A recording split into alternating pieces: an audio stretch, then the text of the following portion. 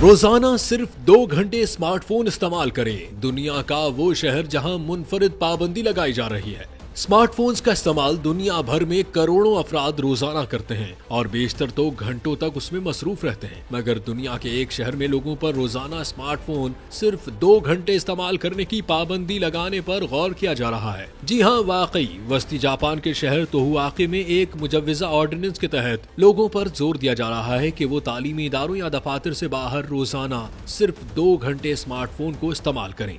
शहर के तमाम शहरियों पर ये पाबंदी आयद की जाएगी, मगर ऑर्डिनेंस के मुसव्वदे में 2 घंटे से ज्यादा इस्तेमाल पर किसी किस्म की सजा तजवीज नहीं की गई। मुसव्वदे में स्कूलों के तालिब इल्मों पर जोर दिया गया है कि वो रात 9 से 10 बजे के बाद स्मार्टफोन्स के इस्तेमाल से गुरेज करें।